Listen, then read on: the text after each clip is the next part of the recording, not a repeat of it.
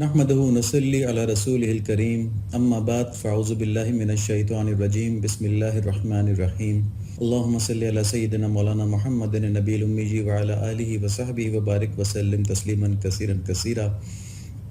یہ ہمارا مثنوی شریف کا الحمدللہ 97 لیکچر ہے، اور ان لیکچرز میں ہم ہماری پیدائش کے مقصد اور اس کو کس طرح حاصل کرنا ہے، اس میں کیا رکاوٹیں ہیں، اس کے اوپر بات کر رہے ہیں۔ ہم نے دیکھا تھا کہ ہماری پیدائش کا مقصد جو ہے وہ اصل میں اللہ تعالیٰ کی عبادت ہے، اور عبادت سے مراد یہ ہے کہ پوری زندگی کا ہر لمحہ اور ہر کام ہم اللہ تعالیٰ کے بتائے ہوئے طریقوں کے مطابق کریں، اور جن چیزوں سے بچنے کے لیے کہا گیا ان چیزوں سے بچیں، اور جن چیزوں کو کرنے کے لیے کہا گیا ان کو کریں۔ اور مختصر یہ ہے کہ وہ ہم سارا کا سارا نہیں کر پاتے، اور اس کے لیے ہمیں روکنے کے لیے ہماری رکاوٹ کے لیے ایک پورا نظام ہے، اور اس نظام میں شیطان یعنی ابلیس جو ہے یہ ایک میجر فیکٹر ہے، ایک میجر رول پلے کرتا ہے۔ اس کی تفصیل انشاءاللہ ہم اگلے لیکچرز میں دیکھیں گے، لیکن فی الحال ہم یہ سمجھ سکتے ہیں کہ ابلیس کو آدم علیہ السلام کو فضیلت دیے جانے کی وجہ سے اور خلیفہ فی الارض بنائے جانے کی وجہ سے آدم علیہ السلام سے اور ان کی اولاد سے انتہائی درجے کا بغض اور حسد ہے۔ اس درجے کو وہ اپنے لیے چاہتا تھا کہ خلیفہ مجھے بنایا جائے، تو وہ جب آدم علیہ السلام کو مل گیا تو اس نے تو ساری عبادات وغیرہ اسی لیے کی تھیں۔ یہ بات بہت اہم ہے سمجھنے کے لیے کہ ابلیس کی جتنی بھی عبادات اور علم حاصل کرنا تھا وہ ایک مقام کے لیے تھا، وہ اللہ تعالیٰ کی محبت اور ان کی رضا کے لیے نہیں تھا۔ تو جب اس کو وہ مقام نہیں ملا تو پھر اس کی وجہ سے اس کا نفس سامنے آ گیا اور اس نے اللہ تعالیٰ کی مخالفت کر دی، اور اس وجہ سے وہ ہمیشہ کے لیے اللہ تعالیٰ کے دربار میں غضب کا مستحق ہوا۔ ورنہ یہ ممکن نہیں کہ کوئی اللہ تعالیٰ کی محبت میں اللہ تعالیٰ کی عبادت کر کے ان تک پہنچے اور پھر وہاں سے ریجیکٹ ہو جائے، تو یہ اللہ تعالیٰ کی رحمت جو ہے وہ اس بات کو گوارا نہیں کرتی، اور ایسا نہیں ہوتا۔ لیکن ضمنی طور پہ ہمارے لیے یہاں پر ایک فکر کی بات ہے، ایک سوچنے کی بات ہے کہ جس نعمت کو ابلیس نے اتنا عظیم جانا کہ اس کے نہ ملنے کے غم پر اپنی اور اپنی نسل کی ہمیشہ کی زندگی تباہ کر لی، اللہ تعالیٰ کا مستقل غضب اپنے اوپر لے لیا کیونکہ وہ نعمت اس کو نہیں ملی تھی۔ ہم نے اس نعمت کے ملنے کے بعد بھی اس کی کوئی قدر کی شاید نہیں کی، بلکہ نفس اور ابلیس کی اندھی پیروی میں ہم دنیا کی جو پھیکے رنگ ہیں نا، ہم انہی کے غلام بن گئے۔ دنیا کی جو خوبصورتیاں ہیں جو آخرت کے مقابلے میں کچھ بھی نہیں ہیں، ہم انہی کے اوپر ریچھ کے بیٹھ گئے۔ تو یہ ہمارے لیے بہت سوچنے کی بات ہے، ہمارے ساتھ کتنی بڑی نعمت اٹیچڈ ہے، کائنات کی اتنی بڑی نعمت اٹیچڈ ہے کہ جس کا مخلوق میں کوئی اور سوچ بھی نہیں سکتا۔ اب ابلیس کی اسی دشمنی کو ہمارے رب نے بڑا واضح ہمیں بتا دیا کہ یہ ہمارا ازلی دشمن ہے، اس لیے وہ ہمیں دین پر عمل کرنے میں ہر صورت روکتا ہے، اور ہم سے برائی کروانے میں ہر وقت مگن رہتا ہے، کوشش کرتا رہتا ہے کہ انسان کوئی اچھا کام نہ کر پائے اور انسان برائیوں میں مبتلا رہے، تاکہ وہ اللہ تعالیٰ کے غضب کی جگہ یعنی دوزخ میں پہنچ جائے۔ سورہ فاطر کے اندر آیت نمبر 6 ہے جس میں اللہ تعالیٰ شیطان کے اس قید کو، اس دھوکے کو بتا رہے ہیں۔ تو اللہ تعالیٰ فرماتے ہیں ان الشیطان لکم عدو فاتخذوہ عدوا، یہ تو اللہ تعالیٰ نے ہم کو ایک خبر دے دی اور بتا دی، ہدایت کر دی۔ انما یدعو حزبہ لیکونوا من اصحاب السعیر، بے شک شیطان تمہارا دشمن ہے، یہ اللہ تعالیٰ نے بتا دیا ہم کو، اور آگے ہدایت دی بس تم بھی اسے دشمن ہی سمجھتے رہو، ٹھیک ہے؟ اس کی طرف سے غافل مت رہو، اس کو دوست مت جانو، اس کو نیوٹرل مت جانو، اس کو دشمن سمجھتے رہو۔ یہ تمہارا وہ دشمن ہے جو 24 گھنٹے تم پر نظر کیے ہوئے ہے، جو 24 گھنٹے کسی نہ کسی طرح تمہیں نقصان پہنچانا چاہتا ہے، اس سے غافل مت رہو۔ یہاں پہ اللہ تعالیٰ نے یہ بتا دیا، اور آگے فرماتے ہیں کہ وہ تو اپنے ماننے والوں کو جو دعوت دیتا ہے وہ اس لیے دیتا ہے تاکہ وہ دوزخی بن جائیں۔ دیکھیں اللہ تعالیٰ نے ہم کو بتا دیا کہ شیطان جو بھی دعوت دیتا ہے وہ اس لیے دیتا ہے، ہماری ہمدردی میں نہیں دیتا، اس لیے کہ ہم دوزخی بن جائیں۔ قرآن شریف ہے نا۔ اب ابلیس ہمیں دوزخی بنانا چاہتا ہے، اس کی دعوت یہ کہ ہم برے کام کریں، اور اللہ تعالیٰ میں کیا دعوت دیتے ہیں؟ سورہ بقرہ کی آیت نمبر 208، یا ایھا الذین آمنوا ادخلوا فی السلم کافۃ ولا تتبعوا خطوات الشیطان انہ لکم عدو مبین، کہ اے ایمان والو اسلام میں پورے داخل ہو جاؤ اور شیطان کے قدموں کی تابعداری نہ کرو، وہ تمہارا کھلا دشمن ہے۔ تو اللہ تعالیٰ فرما رہے ہیں مومنین کو کہ دین میں پورے داخل ہو جاؤ، یہ نہیں کہ کچھ باتوں پر عمل کیا اور کچھ چھوڑ دیا، پورا دین ہے اس کے اوپر چلو۔ اور یہاں پر ایک بات اور بھی بڑی واضح ہو جاتی ہے کہ دین کے جتنے حصے پر بھی عمل نہ کیا جائے وہ شیطان کی تابعداری میں شمار ہوتا ہے۔ اور کریں کہ اللہ کریم کی تابعداری چھوڑ کر شیطان کی تابعداری اختیار کرنا ایک ایسی حماقت ہے۔ کس لیے کہ غلط کام کی طرف جس کو اللہ تعالیٰ نے منع فرمایا ہے، شیطان ہمیں رغبت دلاتا ہے اور ہمارا نفس ہمارے قابو میں نہیں ہے، وہ اس طرف ہمیں کھینچ لیتا ہے، ہم بے بس ہو جاتے ہیں، ہم چلے جاتے ہیں. لیکن اس طرح سے ہم اللہ تعالیٰ کی تابعداری سے نکل کے شیطان کی تابعداری میں آ جاتے ہیں. اللہ تعالیٰ فرماتے ہیں شیطان کے قدموں کی تابعداری مت کرو. وَلَا تَتَّبِعُوا خُطُوَاتِ الشَّيْطَانِ إِنَّهُ لَكُمْ عَدُوٌّ مُّبِينٌ. وہ تمہارا کھلا دشمن ہے. اللہ تعالیٰ تو دوست ہیں. اللہ تعالیٰ فرماتے ہیں نا سورہ بقرہ میں، اللہ ولی الذین آمنوا یخرجہم من الظلمات الی النور، کہ اللہ تعالیٰ جو لوگ ایمان لے کر آئے ان کا دوست ہے اور ان کو ظلمتوں سے نکال کے نور کی طرف، ہدایت کے نور کی طرف لے کے جاتے ہیں. تو اللہ تعالیٰ دوست ہیں، شیطان دشمن ہے. اور ہمیں تابعداری کس کی کرنی ہے؟ ظاہر ہے اللہ تعالیٰ کی. نہ صرف یہ کہ وہ دوست ہیں، وہ تو ان کی مہربانی ہے کہ ہمارے دوست ہیں، ہمارے خالق، مالک اور رب بھی تو ہیں. لیکن ہمارا امتحان یہ ہے کہ اپنے نفس کی تربیت کر لیں تاکہ شیطان کو ہم پر زور نہ ملے. تو یہ نفس کی تربیت انتہائی اہم چیز ہے. نفس کی تربیت نہ ہو تو ابلیس تمام تر عبادات کے باوجود آخری وقت میں اپنے آپ کو مردود کروا لیتا ہے. ابلیس کا کوئی شیطان نہیں تھا، اسے کسی اور نے نہیں بہکایا، اس کو اس کے نفس نے بہکایا. ہمارا نفس بھی ہے اور ہمارے ساتھ شیطان بھی ہے. لیکن جب نفس کی اصلاح ہو جاتی ہے پھر شیطان بے بس ہو جاتا ہے. جب تک ہمارا نفس اسٹرانگ ہے جب تک شیطان ہمیں وسوسے دے سکتا ہے. جب نفس مغلوب ہو جاتا ہے، عبدیت پہ چلا جاتا ہے، اللہ تعالیٰ کا صحیح بندہ بن جاتا ہے، اللہ تعالیٰ کی رضا پہ راضی ہو جاتا ہے، بندگی پہ راضی ہو جاتا ہے، پھر شیطان کو ہمیں ورغلانے کا کوئی موقع نہیں ملتا. اب دیکھیں شیطان ہمارے ساتھ کرتا کیا ہے. اس میں جو پہلے ہم نے بات کی تھی کہ یہ کبھی تو ہمیں دنیا کی رنگینیوں میں ایسا الجھا دیتا ہے کہ آخرت کی فکر کرنے کی فرصت ہی نہیں ملتی. ہم اپنی دنیا کی محبت کی وجہ سے اپنے آپ کو اتنا مصروف کر لیتے ہیں کہ دین کی باتیں سننے کا وقت ہی نہیں ملتا. اور دلچسپی ہمیں اس لیے نہیں ہوتی کہ ہماری توجہات تو دنیا کی طرف ہیں، دنیا کے حسن کی طرف ہیں، دنیا کی لذات کی طرف ہیں، اور آخرت کے لحاظ سے تو ہم سہل پسند ہیں. ہم سے تو کہ وضو بھی نہیں کیا جاتا. تو پھر جب کہیں آخرت کی باتیں ہو رہی ہوں تو اس طرف ہمارا دل نہیں لگتا.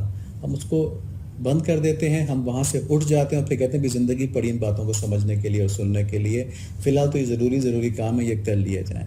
اور جب دین کی باتیں، جس میں آخرت کی باتیں ہیں، حساب کتاب کی باتیں ہیں، یہ سننے کے سارے دروازے بند کر لیے جائیں تو سامنے کیا رہ جاتا ہے؟ سامنے وہ رہ جاتا ہے جو ہماری حسیات کے سامنے، جس کو ہم محسوس کر سکتے ہیں، آنکھوں سے دیکھ سکتے ہیں، ناک سے سونگھ سکتے ہیں، زبان سے چکھ سکتے ہیں، ہاتھ سے ٹچ کر سکتے ہیں. تو یہ دنیا ہے. تو وہ تو ہمارے بالکل قریب آ جاتی ہے نا. اور آخرت کا ہمیں کوئی انپٹ ہی نہیں مل رہا ہوتا تو پھر ہم اسی کے ہو کے رہ جاتے ہیں. تو یہ تو شیطان کی ایک چال ہے کہ دنیا کی محبت کو استعمال کرتے ہوئے ہمیں آخرت سے غفلت میں ڈال دیتا ہے. غفلت سے کیا مراد ہے کہ ہم یہ نہیں کہ انکار کرتے ہیں، ہم اس طرف سے غافل ہو جاتے ہیں. سوچتے ہیں کہ کبھی مستقبل میں دیکھیں گے، کوئی پلان نہیں رہتا ہمارا اس کے لیے. تو یہ تو ہوگی غفلت دنیا کے حرص کی وجہ سے. لیکن اس غفلت کا ایک اور پہلو بھی ہے اور وہ ہے دنیا کے نقصان کا خوف.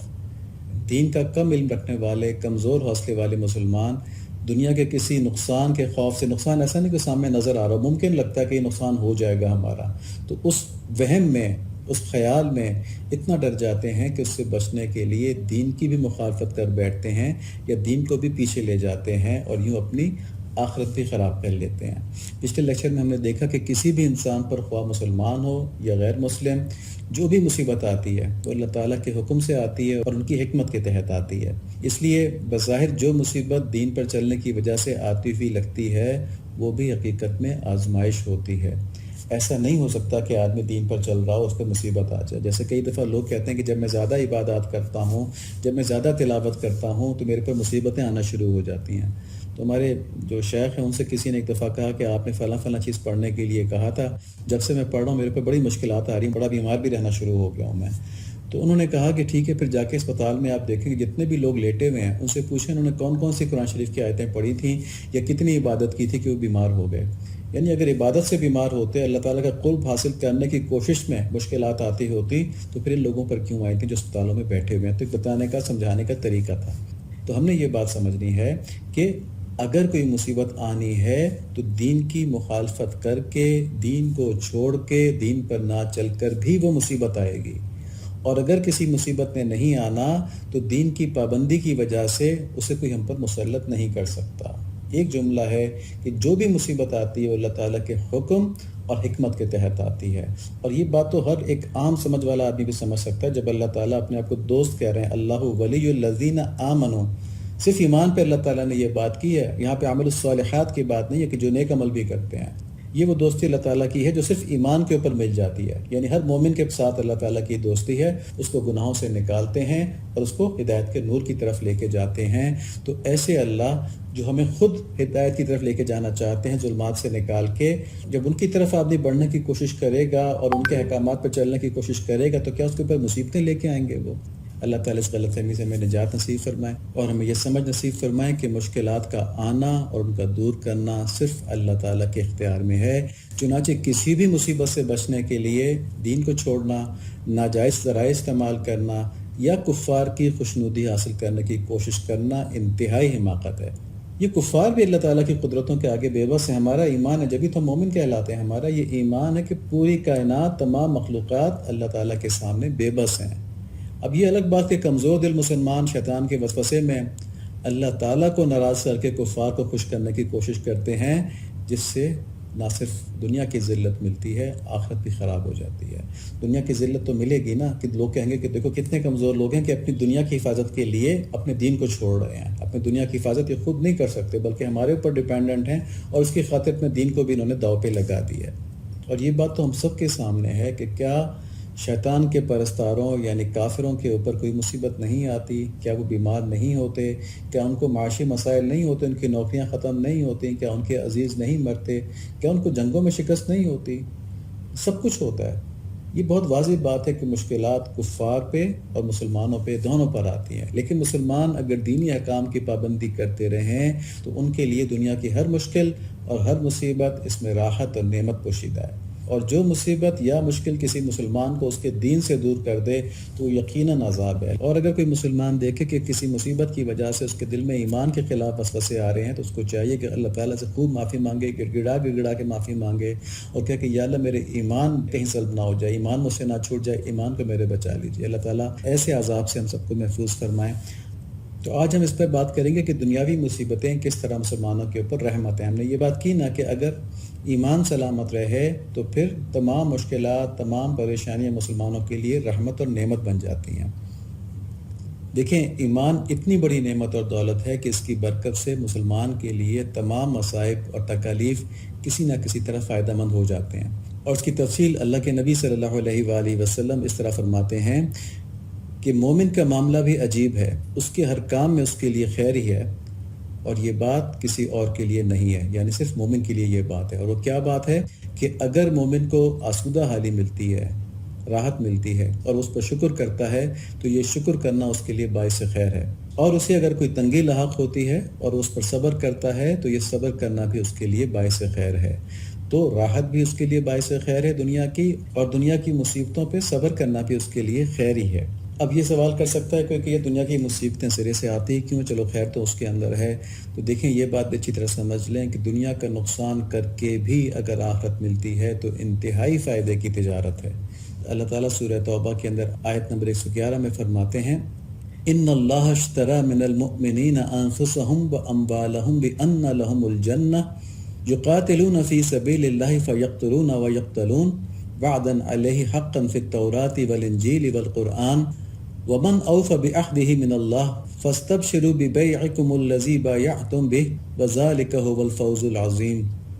بلا شبہ اللہ تعالیٰ نے مسلمانوں سے ان کی جانوں اور ان کے مالوں کو اس بات کے عوض خرید لیا ہے کہ ان کو جنت ملے گی۔